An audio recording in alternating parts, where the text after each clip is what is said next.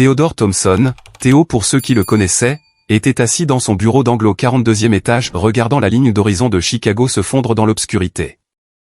À 34 ans, il avait transformé Thompson Architectural Innovation d'une start-up de garage en l'une des firmes les plus respectées du Midwest. Ses créations avaient remodelé le couloir du centre-ville. Chaque bâtiment était un témoignage de sa vision, mais rien de tout cela n'avait de sens sans sa mère. Rosemary Thompson avait été sa fondation. Une bibliothécaire qu'il avait élevée seule après que son père les eût abandonnés quand Théo avait 3 ans. Elle avait travaillé en double pour le financer à l'école d'architecture. Elle avait cru en lui quand il avait maximisé ses cartes de crédit pour démarrer son entreprise. Elle avait été là pour chaque étape importante. Maintenant, elle se mourait. Cancer du pancréas en phase 4. 6 mois. C'est ce que le médecin avait dit il y a 11 mois.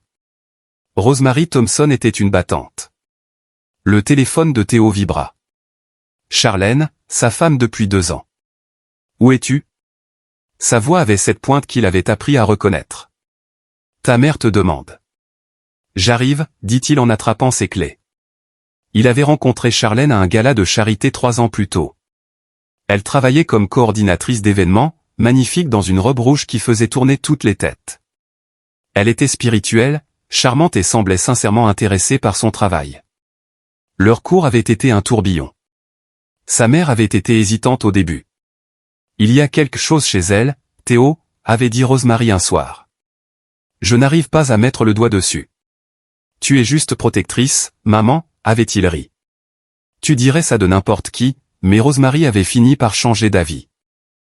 En fait, c'est elle qui avait insisté pour qu'il se marie rapidement lorsque son diagnostic était tombé. Je veux voir mon garçon installé avant de partir, avait-elle dit, les larmes aux yeux. Promets-moi que tu le feras bientôt. Ils s'étaient mariés lors d'une petite cérémonie à la chapelle de l'hôpital Northwestern Memorial. Rosemary en fauteuil roulant, souriant à travers sa douleur. Théo se souvenait comment Charlène lui avait tenu la main, lui avait chuchoté qu'elle prendrait soin de lui. C'était il y a 2 ans. Maintenant, alors que Théo conduisait vers l'hospice, il ne pouvait se défaire d'un malaise grandissant. Charlène était devenue distante, froide. Elle disparaissait pendant des heures sans explication.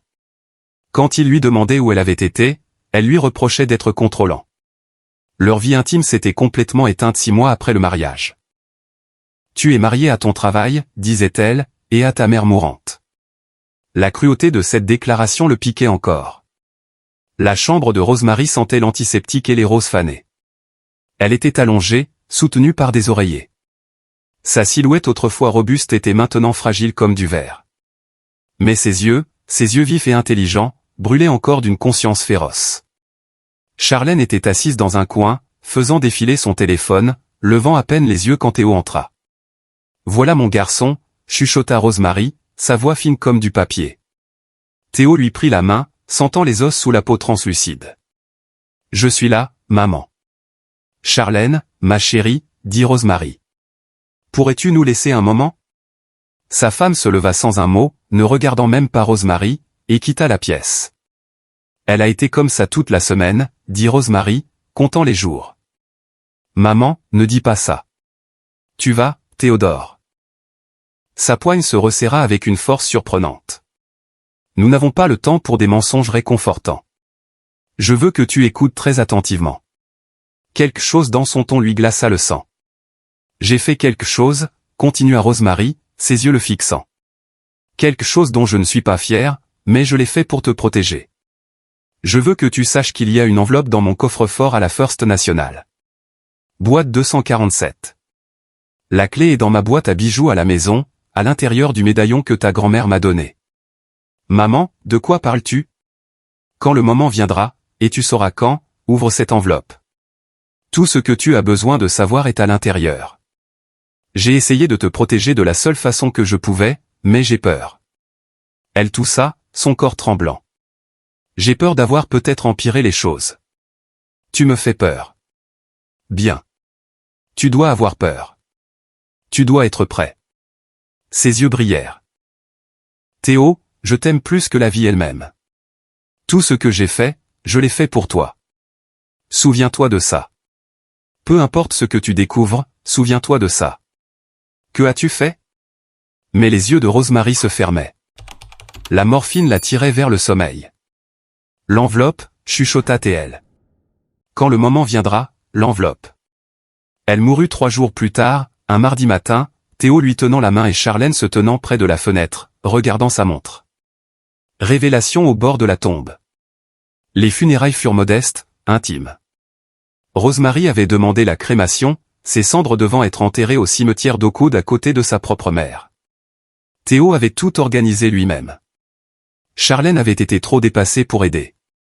Il se tenait près de la tombe dans son costume noir, regardant l'urne être descendue dans la terre. Une bruine tombait, rendant le monde gris. Une poignée de collègues de la bibliothèque de sa mère étaient présents, ainsi que son partenaire commercial, Neil Gilmore, et quelques amis de la famille. Charlène se tenait à côté de lui dans une robe noire qui semblait plus appropriée pour un cocktail que pour un enterrement. Elle n'avait pas pleuré une seule fois. Ni à l'hospice, ni au service, ni maintenant. Alors que la petite foule se dispersait, offrant ses condoléances, Théo resta près de la tombe. Il avait besoin de ce moment seul avec sa mère. « Donne-moi juste 1 minute, dit-il à Neil, qui hocha la tête et se dirigea vers le parking. Charlène resta. « Tu devrais y aller avec lui, dit Théo doucement. J'ai besoin d'un peu de temps. » En fait, dit Charlène, sa voix différente maintenant, plus dure, presque jubilatoire. Je pense que c'est parfait que nous soyons seuls. Il se tourna pour la regarder. Son visage s'était transformé. Le masque de chagrin poli avait disparu, remplacé par quelque chose de laid et de triomphant. Quoi? Elle sortit un dossier manie de son sac à main. Papier de divorce. Je veux que tu les signes. Théo la fixa, incapable de comprendre ce qui se passait. De quoi parles-tu? Oh, Théodore. Elle sourit et c'était cruel. Pensais-tu vraiment que tout cela était réel? Le rôle de l'épouse aimante. La routine de la belle-fille concernée. Mon Dieu, tu étais si facile. Charlène, quoi? Je ne t'ai jamais aimé, dit-elle, chaque mot précis et tranchant. Ta mère m'a payé $50 000 pour t'épouser avant de mourir. Un contrat. 2 ans. C'est ce sur quoi nous nous étions mis d'accord. Eh bien, devine quoi? Le contrat est terminé. Le monde bascula. Théo avait l'impression de tomber, même si ses pieds étaient plantés sur l'herbe mouillée à côté de la tombe de sa mère. Tu mens. Est-ce que je mens? Elle rit, le son résonnant sur les pierres tombales. Ta pathétique mère était si désespérée de te voir installée avant qu'elle ne claque. Elle pensait vraiment que j'en viendrais à t'aimer. Peux-tu imaginer 2 ans avec toi? Tes discussions ennuyeuses sur l'architecture, ton obsession pour une femme mourante, ton incapacité totale à voir ce qui était juste devant toi. Ma mère n'aurait jamais. Ta mère était une vieille femme désespérée qui savait que son fils était un bourreau de travail solitaire qui finirait seul. Alors, elle t'a acheté une femme, $50 000 pour 2 ans de ma vie. Et maintenant qu'elle est morte et enterrée, littéralement, elle fit un geste vers la tombe. J'en ai fini. Je suis libre. L'esprit de Théo vacilla. Le contrat de mariage. Elle avait insisté dessus. Disant que c'était pour les protéger tous les deux. Il pensait que c'était noble, la preuve qu'elle ne se souciait pas de son argent. Maintenant il comprenait, elle ne voulait pas de son argent parce qu'elle avait déjà été payée. Signe les papiers, exigea Charlène. C'est très simple. Tu gardes ton entreprise, ton argent, tout. Je veux juste partir, et si je ne le fais pas, alors je dirai à tout le monde la vérité. Le grand Theodore Thompson, si pathétique que sa propre mère a dû lui acheter une épouse. Comment penses-tu que ça passera dans ta précieuse communauté architecturale avec tes clients? Elle s'approcha. Son parfum, autrefois enivrant, maintenant nauséabond, emplit ses narines. Signe les papiers, Théodore. Prends le peu de dignité qu'il te reste et laisse-moi partir. Elle lui tendit le dossier, le posa sur la pierre tombale de sa mère, une profanation finale, et s'éloigna, ses talons claquant sur le chemin pavé. Alors qu'elle atteignait sa voiture, elle cria « Ne prends pas trop de temps. J'ai un rendez-vous ce soir avec quelqu'un qui compte vraiment. » Son rire résonna à travers le cimetière alors qu'elle partait. Théo resta figé près de la tombe de sa mère, la pluie se mêlant aux larmes sur son visage. Le dossier manille reposait sur la pierre tombale de Rosemary, l'eau commençant à s'infiltrer dans le papier. Puis, comme un éclair, il se souvint, quand le moment viendra, et tu sauras quand, ouvre cette enveloppe. Les derniers mots de sa mère prirent soudain un sens terrible et parfait. Théo sortit son téléphone avec des mains tremblantes et composa le numéro qu'il avait enregistré mais jamais appelé. Franklin Wood, avocat. Monsieur Wood, c'est Theodore Thompson, le fils de Rosemary Thompson. J'ai besoin d'accéder à son coffre-fort. Ce soir. Le coffre-fort. Franklin Wood rencontra Théo à la First National Bank à 19h. L'avocat avait la fin de la cinquantaine, avec des cheveux gris acier et des yeux qui avaient tout vu 2 fois. Il était l'avocat de Rosemary depuis 20 ans, bien que Théo ne l'ait rencontré qu'aux funérailles. Elle m'a dit que vous appelleriez éventuellement, dit Franklin alors qu'il descendait vers la chambre forte. Je suis désolé que ça ait dû se passer comme ça. Vous saviez pour Charlène. Pas tout, mais assez. La mâchoire de Franklin se serra. Votre mère est venue me voir il y a 3 ans avec des soupçons. Nous avons enquêté sur ce que nous avons trouvé. Il secoua la tête. Elle m'a fait promettre de ne pas vous le dire à moins que vous ne le demandiez. Elle voulait vous protéger de la vérité. La chambre forte était froide, stérile. La boîte 247 était petite, sans prétention. Théo inséra la clé avec des mains tremblantes. À l'intérieur se trouvait une grande enveloppe scellée à la cire. Sur le devant, de l'écriture de sa mère pour Théodore. Je suis désolé de ne pas avoir pu te le dire plus tôt. Je t'aime, maman. Il brisa le sceau. À l'intérieur se trouvaient des documents, des photographies, une clé USB et une lettre de l'écriture de sa mère. Théo lut et son monde s'effondra une nouvelle fois. Mon très cher Théodore, si tu lis ceci, alors Charlène a montré ses vraies couleurs, et mes pires craintes se sont réalisées. Je veux que tu saches que je ne l'ai jamais payée pour t'épouser. C'était son histoire de couverture. Ce qu'elle prévoyait de te dire pour te blesser une dernière fois. La vérité est pire. Il y a 3 ans, j'ai engagé un détective privé nommé Ruben Lewis lorsque tu as commencé à sortir avec Charlène. Quelque chose chez elle me semblait anormal. Il a découvert qu'elle est une arnaqueuse professionnelle. Son vrai nom est Charlène Summers. Elle organise des arnaques au mariage depuis 8 ans, ciblant des hommes riches et solitaires. Sa méthode, séduire, se marier, attendre de pouvoir prétendre à l'abandon ou à la violence, puis divorcer et prendre la moitié de tout. Elle l'a fait 4 fois auparavant. Le contrat de mariage qu'elle a insisté pour avoir, il est faux, Théodore. Il n'est pas légalement contraignant.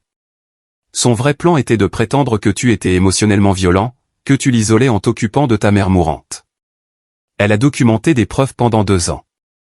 Je l'ai confrontée 6 mois avant notre mariage. Je lui ai dit que je savais tout. Elle m'a ri au nez et a dit qu'elle te détruirait. Alors, j'ai fait un pacte avec le diable. Je lui ai dit que je lui paierais $50 000 pour t'épouser pendant 2 ans, maintenir les apparences et partir tranquillement après ma mort.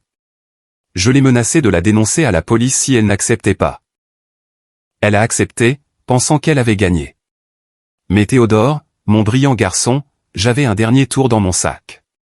J'ai engagé Ruben Lewis pour continuer à enquêter.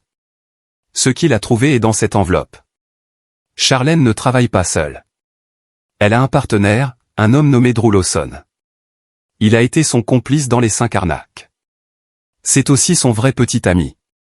Il prévoit quelque chose de plus grand cette fois, Théodore. Il prévoit de tout te prendre.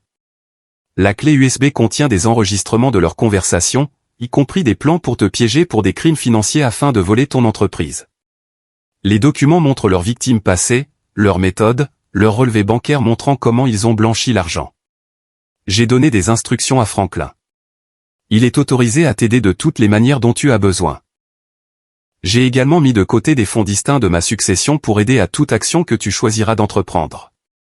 Je suis désolé de ne pas avoir pu te protéger de cette douleur.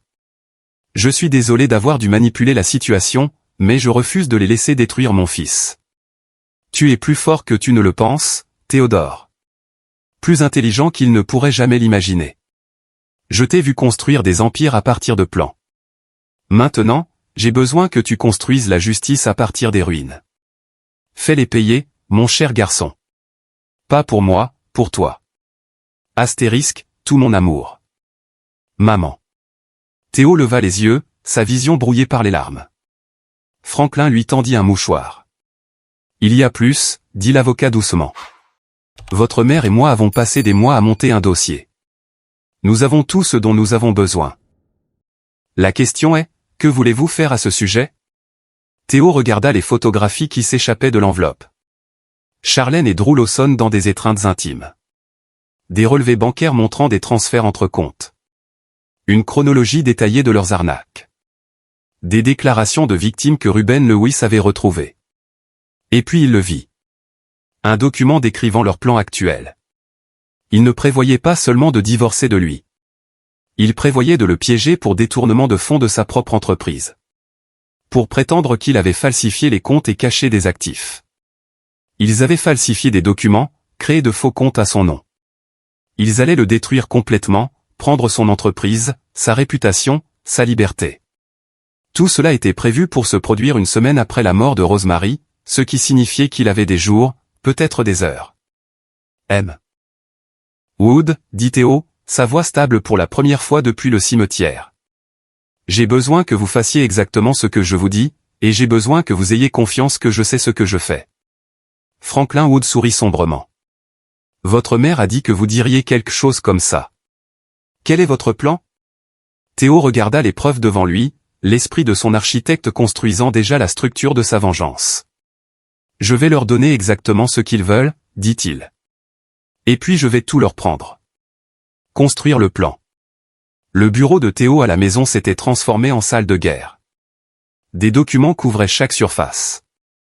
3 moniteurs d'ordinateur affichaient différents flux de données. Ruben Lewis, le détective privé que sa mère avait engagé, était assis en face de lui, un homme solide dans la quarantaine avec des yeux prudents. Votre mère était l'un des clients les plus intelligents que j'ai jamais eus. Rebondit. Elle a vu clair en Charlène immédiatement. La plupart des gens ne le font pas, parlez-moi de Drew Lawson. Reban a sorti un dossier sur son ordinateur portable. Drew Lawson, 36 ans. A rencontré Charlène il y a 8 ans alors qu'ils travaillaient tous les deux dans la fraude à l'assurance. Ils ont affiné leur opération depuis. Il joue différents rôles. Parfois, il est un frère, parfois un partenaire commercial, parfois il n'apparaît pas du tout. Cette fois, il se fait passer pour un développeur immobilier commercial intéressé par votre entreprise. Le sang de Théo se glaça. Mark MC faire son son. C'est lui. C'est Lawson. Mark MC faire son son avait approché Thomson Architectural Innovation il y a 6 mois en parlant d'un projet de développement majeur. Il avait été charmant, professionnel, posant des questions détaillées sur la structure financière de l'entreprise, ses actifs, ses procédures. Théo lui avait donné accès à des informations financières préliminaires dans le cadre du processus de présentation. Il recueillait des informations. Théo a dit, exactement. Ils vous ont piégé dès le premier jour. Les documents falsifiés à votre nom, ils ont votre signature de contrat légitime et suffisamment d'informations financières pour créer des faux convaincants. Ils ont déjà planté des preuves dans le système de votre entreprise. Franklin Wood s'éclaircit la gorge depuis sa position près de la fenêtre. J'ai examiné leur plan en détail. C'est sophistiqué.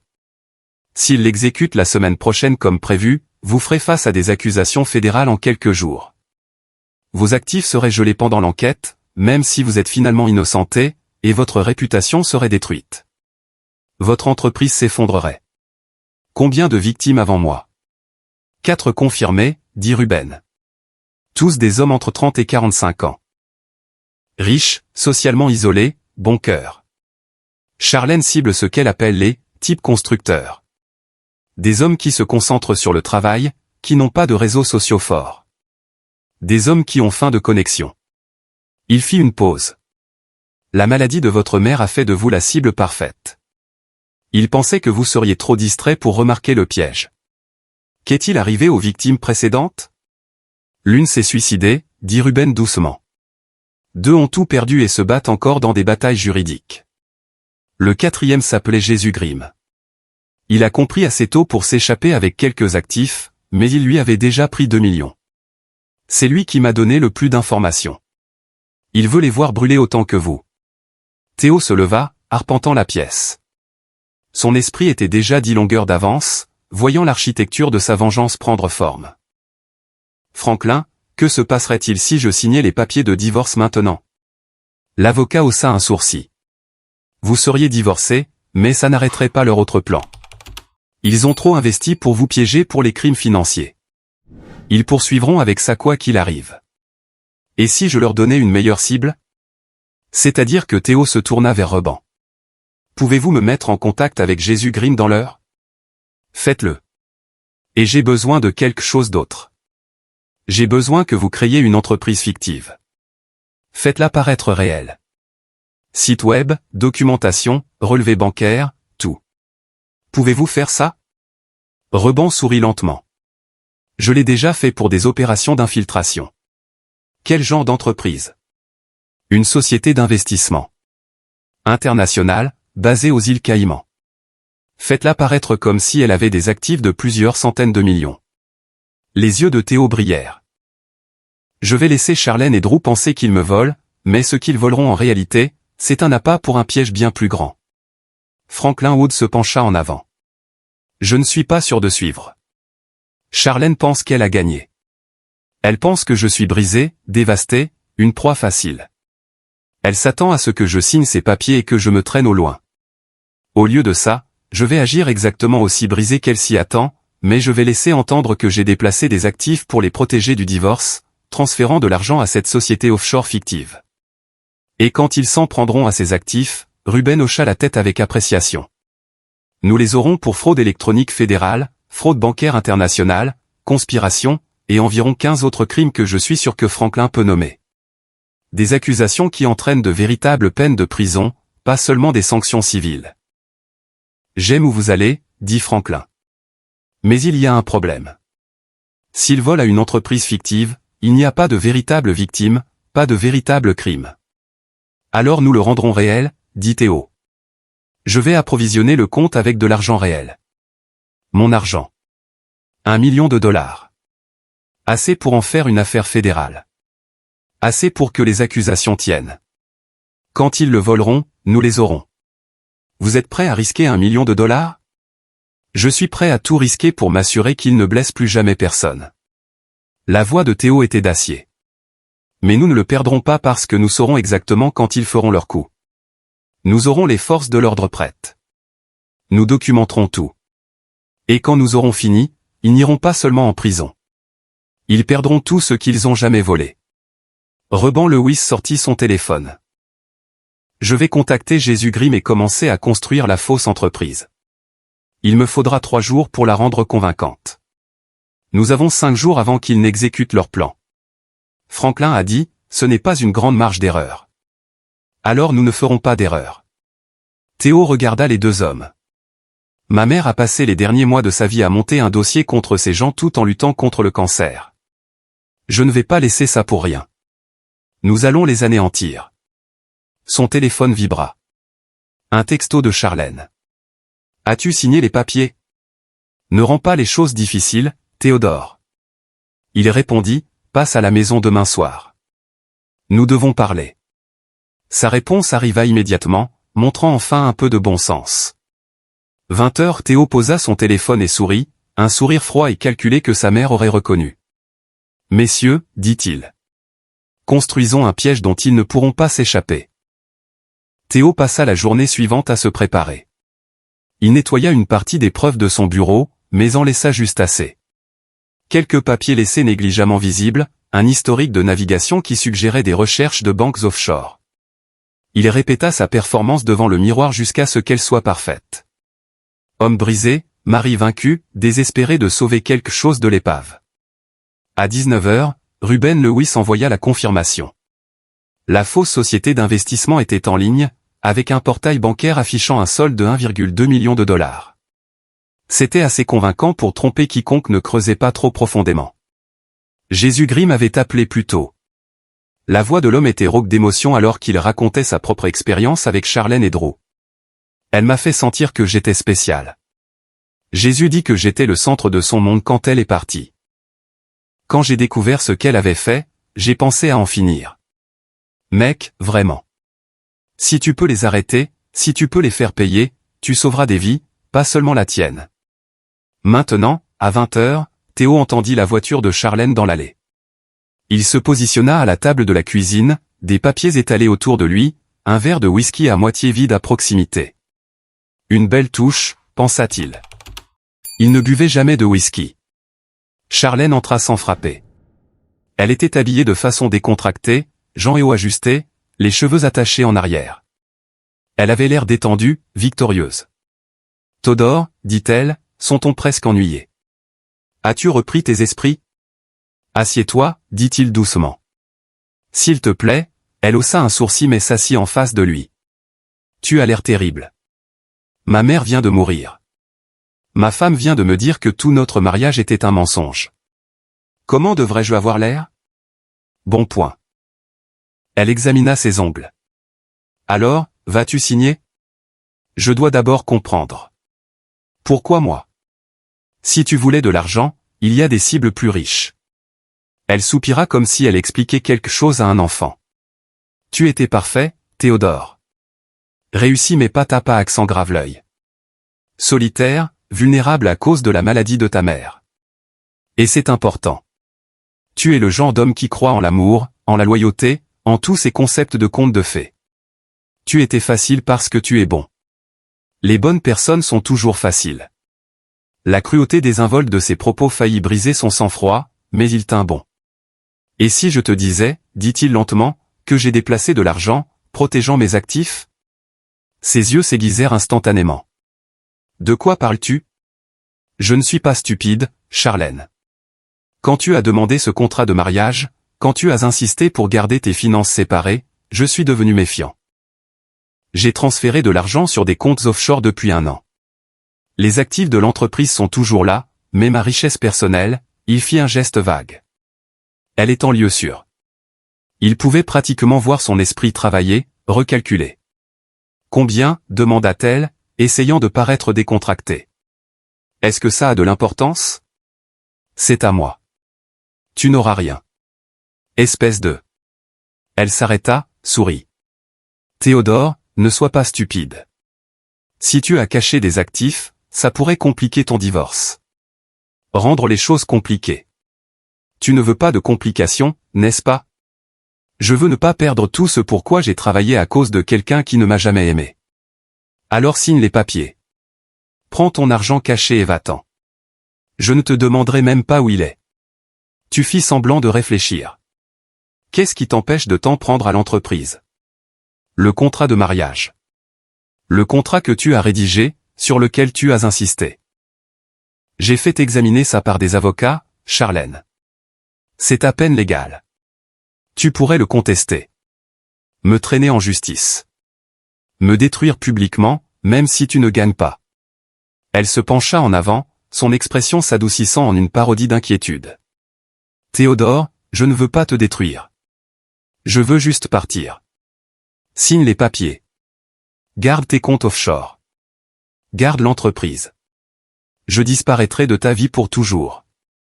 N'est-ce pas ce que tu veux ? Il la regarda. Cette femme qu'il avait cru aimer et ne ressentit que de la froide détermination. J'ai besoin d'une garantie.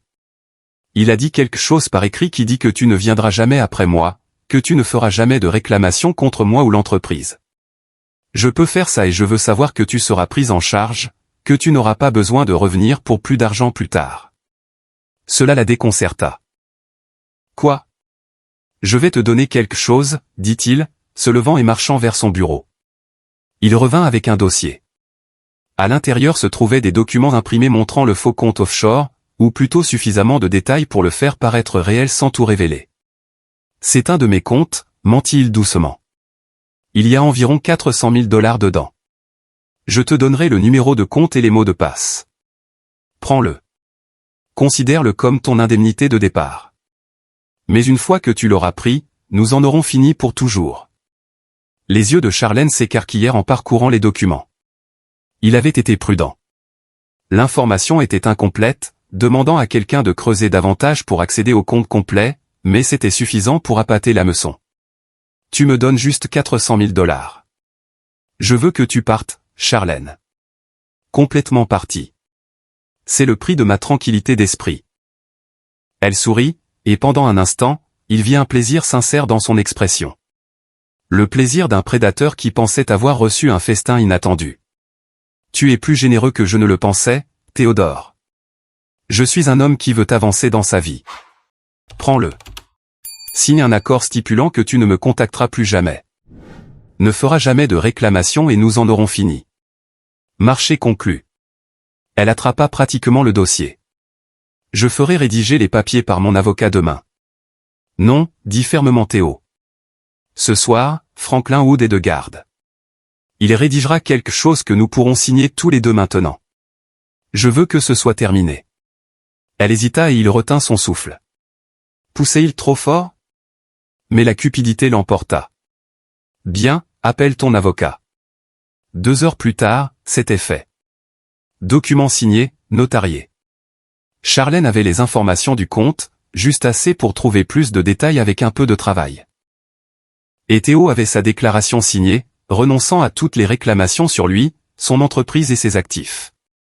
En partant, elle se tourna à la porte. Tu sais quoi, Théodore? Tu n'es pas aussi pathétique que je le pensais. Cacher de l'argent, te défendre. Bravo. Au revoir, Charlène. Elle rit et sortit, le dossier sous le bras, envoyant déjà un SMS à quelqu'un sur son téléphone. Après que sa voiture ait disparu dans la rue, le téléphone de Théo sonna. Elle appelle Lawson. Ruben Lewis a dit qu'il surveillait son téléphone conformément au plan. Elle lui parle du compte offshore. Il est excité, très excité. Combien de temps avant qu'ils n'agissent en se basant sur leur schéma précédent? 24 à 48 heures. Ils voudront vérifier que le compte est réel, puis le vider avant que vous ne puissiez changer les mots de passe. Théo se permit un petit sourire. Alors nous serons prêts. Franklin Wood sortit de l'ombre du couloir où il avait attendu pendant tout l'échange. C'était risqué, de lui donner de vrais codes d'accès. Les codes d'accès mènent à un système de surveillance que Reban a mis en place. Dès qu'ils essaieront de transférer de l'argent, nous le saurons et le FBI le saura. À ce propos, dit Franklin, j'ai organisé une réunion avec le procureur fédéral demain. L'agent Minnie Richardson s'occupe des crimes financiers ce trimestre. Elle est très intéressée par votre cas, surtout quand j'ai mentionné la composante internationale de la fraude. Théo hocha la tête, l'épuisement l'envahissant soudainement. La performance l'avait vidé plus qu'il ne s'y attendait. Reposez-vous, conseilla Franklin. Le plus dur ne fait que commencer. Mais Théo ne se reposa pas. Il passa la nuit à la tombe de sa mère, lui parlant dans l'obscurité, lui racontant le piège qu'ils avaient construit ensemble. Ils pensent qu'ils ont gagné, maman, murmura-t-il à la pierre tombale. Ils n'ont aucune idée de ce qui les attend. L'agent Minnie Richardson n'était pas ce que Théo attendait. À peine un M50, à la fin de la quarantaine, avec des cheveux gris fer et des yeux bruns vifs. Elle ressemblait plus à une bibliothécaire qu'à un agent du FBI. Mais Franklin Wood l'avait assuré qu'elle avait un taux de condamnation quasi parfait dans les crimes en col blanc. Ils se rencontrèrent dans une salle de conférence du bureau de terrain du FBI à Chicago. Ruben Lewis présenta les preuves, les enregistrements, les documents, les relevés bancaires, les témoignages des victimes. C'est complet, dit l'agent Richardson, en examinant les matériaux. Votre mère a monté un sacré dossier, monsieur Thompson. Elle avait le temps, dit Théo doucement. Et la motivation. La fausse société d'investissement est un problème, continua TL. Vous avez essentiellement créé un appât pour une opération d'infiltration qui nécessite une navigation juridique prudente, c'est pourquoi je la finance avec mon propre argent, dit Théo. $1 million dans un vrai compte. Quand ils le voleront, ils me voleront. Ce n'est pas une provocation s'ils volent une victime réelle. Vrai. Et la fraude électronique inter-État, les accusations de complot, les victimes précédentes. Nous en avons assez pour procéder. Mais je dois être clair, c'est complexe. Il y a une chance qu'ils puissent s'en tirer sur des détails techniques. Quelles sont les chances? Elle sourit sombrement avec ses preuves. Taux de condamnation de 95%, mais ces 5% m'empêchent de dormir la nuit. Je prends ces chances. Il y a un autre problème. Votre femme, bientôt ex-femme, a signé ce document renonçant à ses droits. Son avocat pourrait arguer qu'elle a été contrainte. Elle ne l'a pas été. Il y avait des témoins. C'était notarié. Et j'ai une vidéo de tout l'échange. Théo sortit une tablette montrant les images de la caméra cachée de sa cuisine. Chaque moment documenté.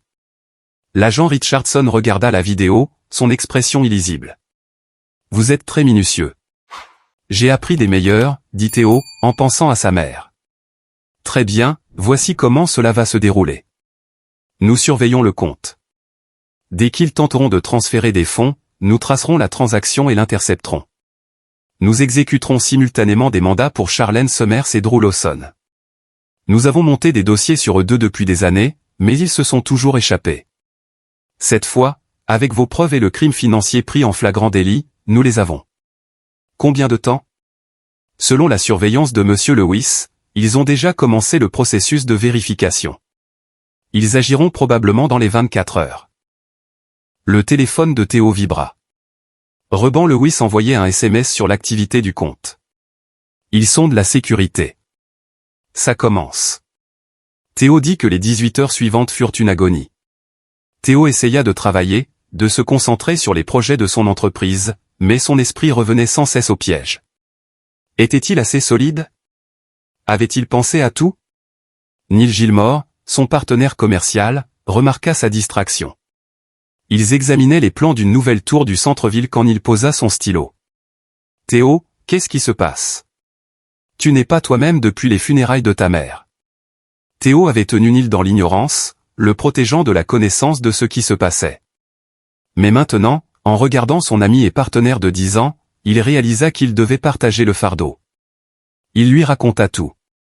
Les expressions de Neil passèrent par le choc, la colère, et finalement une fureur froide. J'ai rencontré Mark McPherson une douzaine de fois. Il était dans nos bureaux. Il avait accès à nos dossiers. Je sais. C'est pourquoi nous devons faire un audit de sécurité complet après que tout ça soit terminé. Mais pour l'instant, nous attendons. Attendre, Théo. Ils allaient te piéger pour détournement de fonds. Ils allaient détruire l'entreprise que nous avons bâtie, et ils vont échouer. Fais-moi confiance, Neil. À 23 heures, le téléphone de Théo sonna. Agent Richardson, il bouge. Drew Lawson tente de transférer les fonds en ce moment même. Nous traçons la transaction. Ça va sur un compte écran au Caïman, puis ça rebondit dans 3 autres pays. Nous avons des agents qui coordonnent avec les forces de l'ordre international. Où êtes-vous en ce moment? À la maison. Restez-y. Nous intervenons sur Charlène Summers dans 10 minutes. Sa localisation indique qu'elle est à l'hôtel Riverside, chambre 8h42. Lawson est là avec elle. Nous les aurons tous les deux en garde à vue dans l'heure. Puis-je? Non, vous ne pouvez pas être présent pour l'arrestation, mais je peux m'arranger pour que vous soyez à l'interrogatoire. Ces types-là se dénoncent généralement assez vite quand ils réalisent les preuves que nous avons. Je veux être là. Je pensais que vous diriez ça, rendez-vous au bureau de terrain dans 2 heures. Théo conduisit à travers les rues sombres de Chicago. Ses mains stables sur le volant. Il pensa à sa mère, aux victimes qui l'avaient précédé, à Jésus Grimm, qui avait failli mettre fin à ses jours à cause de ces gens. 2 heures plus tard, il se tenait dans une salle d'observation, regardant à travers une vitre sentant Charlène Summers assise dans une salle d'interrogatoire, menottée à une table. Elle avait l'air furieuse et effrayée à la fois. « Où est Drew ?» demanda-t-elle. « Je veux mon avocat. » Monsieur Lawson est interrogé dans une autre pièce. L'agent Richardson dit calmement. « Et vous aurez votre avocat. Mais d'abord, je veux que vous compreniez votre situation. » Elle étala des documents sur la table. Les preuves que Rosemary et Ruben Lewis avaient compilées. Relevés bancaires, photos, enregistrements, déclarations des victimes précédentes. Nous vous tenons pour 5 chefs d'accusation de fraude au mariage, 4 chefs d'accusation de vol d'identité, complot en vue de commettre une fraude électronique, fraude inter-État, fraude bancaire internationale et tentative de vol de $1 million à Theodore Thompson. Le visage de Charlène devint blanc. C'est. Vous ne pouvez rien prouver de tout ça. Nous pouvons tout prouver. La question est de savoir si vous voulez coopérer ou si vous voulez prendre la responsabilité seul pendant que votre partenaire Drew négocie un accord. Parce qu'en ce moment, dans la pièce à côté, on lui donne exactement le même choix. Théo regarda la réalité s'installer sur le visage de Charlène. La compréhension qu'elle avait été prise, que le jeu était terminé. « Je veux un avocat », murmura-t-elle. Choix judicieux. Bien que je doive vous dire que Monsieur Lawson parle déjà. Il explique comment vous avez tout orchestré, comment vous l'avez recruté, comment vous avez ciblé les victimes. Il se présente comme votre victime. Charlène dit, vous l'avez manipulé. C'est des conneries. Drew a planifié la plupart de tout ça. Et elle s'arrêta, réalisant qu'elle avait avoué son implication. L'agent Richardson sourit. Comme je l'ai dit, votre partenaire parle déjà. Vous devriez peut-être réfléchir à votre propre histoire. Dans la salle d'observation, Franklin Wood se tenait à côté de Théo. Ils finiront tous les deux par se dénoncer. Ils le font toujours. Combien de temps iront-ils en prison? La fraude électronique fédérale est passible de 20 ans, avec plusieurs chefs d'accusation et la composante internationale. Ils risquent au minimum 15 ans, peut-être plus. Théo regarda Charlène à travers la vitre. Elle pleurait maintenant, le mascara coulant sur son visage, la façade polie complètement brisée. Il ne ressentit aucune satisfaction, aucune joie, juste une froide certitude que justice était rendue. Votre mère serait fière, dit doucement Franklin. Ma mère n'a jamais voulu ça, répondit Théo. Elle voulait que je sois heureux. Elle voulait que je trouve le véritable amour. Au lieu de ça, elle a passé ses derniers jours à me protéger des prédateurs. Elle a fait les deux. Elle t'a protégé, oui, mais elle t'a aussi enseigné la force, la résilience, la capacité de te battre quand le monde essaie de tout te prendre. Franklin posa une main sur son épaule. C'est aussi de l'amour, Théo. Les 2 semaines suivantes se déroulèrent avec une lenteur bureaucratique et des révélations explosives. Charlène et Drew engagèrent tous deux des avocats. Tous deux tentèrent de négocier des accords. Tous deux échouèrent lorsque le procureur fédéral, armé de preuves accablantes, refusa de négocier. Le procès aurait lieu dans 6 mois, mais les requêtes préliminaires révélèrent toute l'étendue de leur opération. Ils avaient volé plus de 3 millions de dollars à 5 victimes. Ils avaient ruiné des vies, détruit des familles, poussé un homme au suicide. Théo assista à chaque audience, à chaque déposition. Il voulait que Charlène et Drew le voient, qu'ils comprennent que leur proie la plus facile était devenue leur chute ultime. Le 4e jour des audiences préliminaires, ils réunirent enfin toutes les victimes. Jésus Grimm était là, ainsi que 2 autres qui avaient été convaincus de témoigner. La 4e victime, un homme nommé Wallace Glenn, avait déménagé à Seattle et refusait de revenir. Le traumatisme était trop vif. Mais 3 suffisaient. Théo regarda Jésus confronter Charlène dans le couloir du palais de justice. Des marshals étaient à proximité au cas où les choses s'envenimeraient. Tu m'as dit que tu m'aimais, dit Jésus, la voix tremblante. Tu m'as dit que j'étais spécial. Je t'ai cru. Je t'ai fait confiance. Et tu m'as détruit. Charlène détourna le regard, son avocat essayant de la mettre de côté. Regarde-moi, cria Jésus. Regarde ce que tu as fait. Elle croisa alors son regard, et Théo vit quelque chose vaciller sur son visage.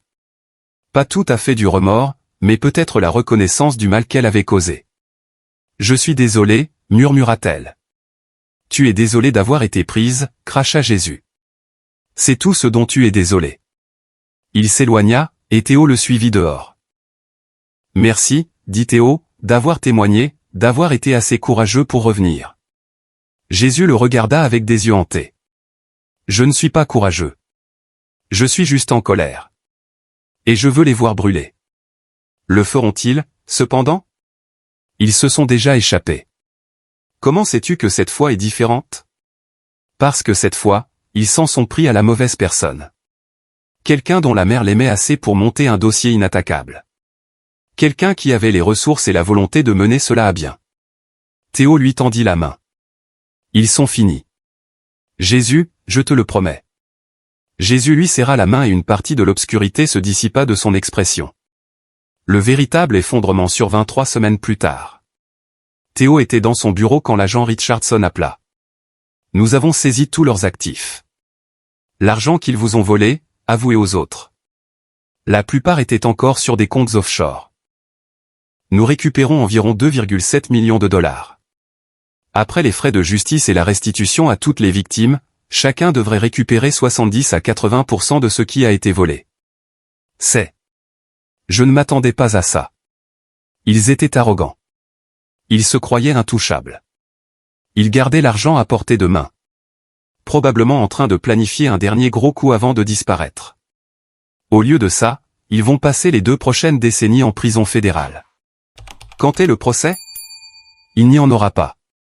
Les 2 avocats de la défense viennent d'appeler. Leurs clients veulent plaider coupable en échange de peine réduite.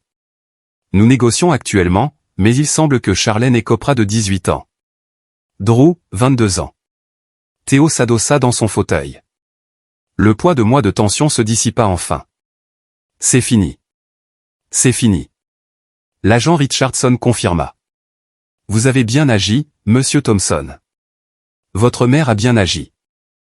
Vous avez sauvé de futures victimes et rendu justice aux anciennes. Ce n'est pas rien. Après qu'elle ait raccroché, Théo resta assis en silence. Neil le trouva là 1 heure plus tard, regardant la ligne d'horizon de Chicago. C'est fini.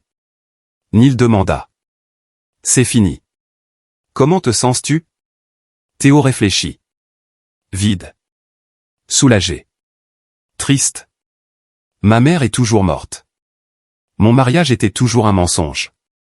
Mais au moins, ils ne feront plus de mal à personne. Votre mère était une femme incroyable. Ce qu'elle a fait, monter ce dossier en mourant d'un cancer, vous protégez même d'outre-tombe. C'est ça, l'amour. Théo, je sais que Théo se détourna de la fenêtre. Je veux faire quelque chose de significatif.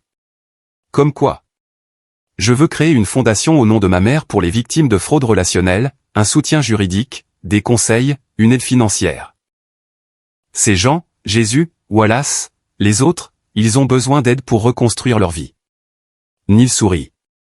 Rosemary Thompson adorerait ça. Elle le ferait, n'est-ce pas? Ce soir-là, Théo se rendit au cimetière d'Oakwood. Il s'assit près de la tombe de sa mère alors que le soleil se couchait, les lumières de la ville commençant à briller au loin. « Je les ai eus, maman, dit-il doucement. Comme tu l'avais prévu. Ils vont en prison pour très longtemps. Et je vais m'assurer qu'ils ne fassent plus jamais de mal à personne. » Le vent bruissait dans les arbres, et pendant un instant, Théo crut presque entendre la voix de sa mère.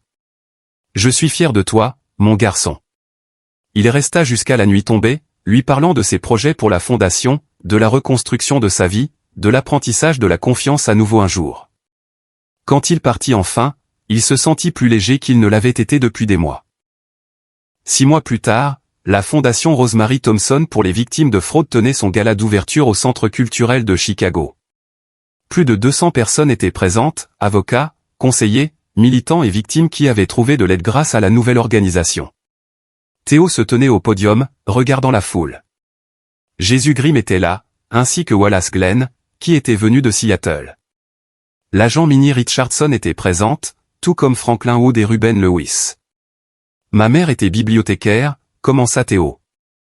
Elle croyait aux histoires, que l'histoire de chaque personne comptait, que la vérité devait être préservée et protégée. Quand elle a appris que quelqu'un essayait d'écrire une fausse histoire sur son fils, elle a fait ce que font les bibliothécaires. Elle a fait des recherches, elle a documenté, elle a constitué un dossier irréfutable de la vérité. Elle est morte en me protégeant. Mais sa protection s'est étendue bien au-delà de moi. Grâce à son travail, 5 victimes ont obtenu justice. Grâce à sa prévoyance, 2 prédateurs passeront les 20 prochaines années en prison. Et grâce à son amour, cette fondation aidera d'innombrables autres personnes à reconstruire leur vie après la fraude et la trahison. Il s'arrêta, l'émotion lui serrant la gorge. Maman, où que tu sois, j'espère que tu sais que ton histoire, ton amour, ton sacrifice ont changé le monde. Tu as changé le monde. Les applaudissements furent tonitruants. Après les discours, alors que la foule se mêlait, Jésus s'approcha de Théo. « Je suis inscrit à l'université, dit Jésus. Administration des affaires, je recommence à 37 ans, mais je le fais. C'est incroyable. La fondation de votre mère paie une partie de mes études. Le programme de bourse que vous avez mis en place, les yeux de Jésus brillèrent. Je n'ai pas de mots pour ce que ça signifie pour moi, mec. J'étais brisé. Je pensais que ma vie était finie. Et maintenant, j'ai de nouveau de l'espoir. C'est ce qu'elle aurait voulu.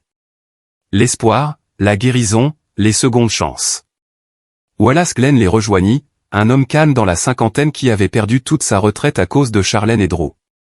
J'ai récupéré 60% de mon argent, dit Wallace. Assez pour prendre ma retraite si je fais attention. Assez pour ne plus rester éveillé la nuit à me demander comment je vais survivre. Il serra la main de Théo. Merci. Merci d'avoir terminé ce que je n'ai pas pu.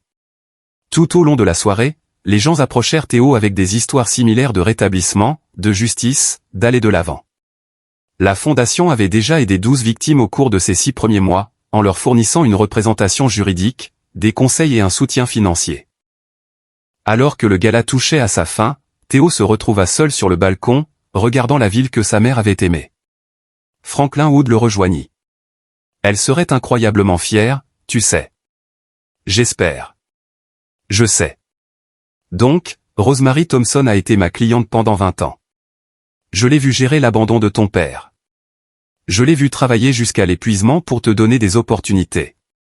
Je l'ai vu combattre le cancer avec plus de courage que je ne le pensais humainement possible. Et à travers tout ça, tu étais son étoile polaire.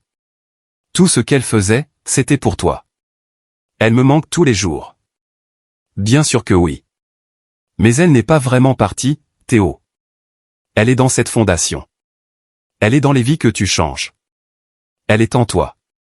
Dans ta force, ton intelligence, ta compassion. Elle t'a construit pour être l'homme qui se tient ici ce soir. Théo sourit, des larmes sur ses joues. Elle l'a fait, n'est-ce pas?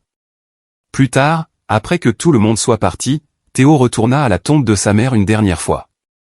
Il plaça une photo du gala sur sa pierre tombale, le logo de la fondation, son nom en écriture élégante. « Je vais bien, maman, dit-il. Je vais aller bien. Tu t'en es assuré. » Il se leva, prêt à partir, prêt à avancer dans sa vie. Alors qu'il se dirigeait vers sa voiture, son téléphone vibra avec une notification de l'application de rencontre que Neil l'avait convaincu de télécharger. Vous avez une nouvelle correspondance. Elle s'appelait Minnie. Une autre Minnie, pas l'agent du FBI. Elle était enseignante. Son profil disait qu'elle aimait les livres et l'architecture. Son sourire sur sa photo était sincère et chaleureux. Théo fixa la notification pendant un long moment, puis sourit. Peut-être qu'il n'était pas encore prêt. Peut-être qu'il aurait besoin de plus de temps pour guérir, pour faire confiance à nouveau. Mais un jour, bientôt, il ferait ce saut parce que sa mère lui avait appris quelque chose de crucial dans son dernier acte. L'amour signifiait protéger. Oui. Mais cela signifiait aussi croire aux secondes chances, à l'espoir, à la possibilité de lendemain meilleur. Il envoya un message à la femme nommée Minnie. « Salut, je suis Théodore. Ami, appelle-moi Théo. Parle-moi de toi. » Sa réponse arriva rapidement. « Salut Théo. Je suis professeur d'anglais au lycée. Je passe la plupart de mon temps à convaincre les adolescents que Shakespeare est en fait cool. Que fais-tu ? » Il sourit, tapant. « Je suis architecte. Je construis des choses. Mais j'apprends aussi à reconstruire. » En rentrant chez lui à travers les lumières de la ville, Théo sentit la présence de sa mère. Pas parti, jamais vraiment parti, mais transformé en quelque chose de plus grand que le deuil. Elle vivait dans sa force maintenant, dans son but, dans sa détermination à rendre le monde meilleur. Charlène et Drew passeraient les 2 prochaines décennies en prison. Leur complot terminé, leur victime vengée. Jésus Grimm était à l'université, reconstruisant sa vie. Wallace Glenn avait récupéré sa retraite. Et Théo était enfin libre. Libre du mensonge qu'il avait vécu. Libre d'une trahison qu'il avait presque détruit. Libre de construire quelque chose de nouveau sur les ruines. Sa mère lui avait donné les fondations. Maintenant, c'était à lui de construire le reste et il construirait quelque chose de beau. Épilogue. 2 ans plus tard, Theodore Thompson épousa Minnie Richardson. Oui, la même agent du FBI qui l'avait aidé à faire tomber Charlène et Drew. Ils s'étaient retrouvés lors d'un événement de la Fondation, avaient découvert une passion commune pour la justice et l'architecture. Elle était fascinée par la façon dont il concevait les espaces. Il était fasciné par la façon dont elle concevait les dossiers et ils étaient tombés amoureux lentement, prudemment, avec une honnêteté totale. À leur mariage, célébré dans un jardin avec des roses blanches partout, Théo plaça son bouquet sur une chaise vide au premier rang, réservée à Rosemary Thompson. Elle est là, murmura Minnie, lui serrant la main. Dans chaque bonne chose que nous construirons ensemble, elle est là et elle l'était. La fondation Rosemary Thompson avait aidé plus d'une centaine de victimes. Jésus Grimm obtint son diplôme avec mention et créa sa propre entreprise. Wallace Glenn écrivit un livre sur son expérience qui devint une lecture obligatoire dans les cours d'enquête sur la fraude. Et Theodore Thompson, l'homme dont la mère l'avait assez aimé pour le protéger d'outre-tombe, vécut le reste de sa vie en s'assurant que cet amour se multipliait, touchant tous ceux qui l'atteignaient. Parce que c'est ce que Rosemary Thompson lui avait appris. L'amour n'était pas seulement une émotion. C'était une action. C'était une protection. C'était la justice. Et ça n'abandonnait jamais, jamais. Et voilà. Une autre histoire se termine. Qu'en avez-vous pensé? J'adorerais connaître vos impressions dans les commentaires ci-dessous.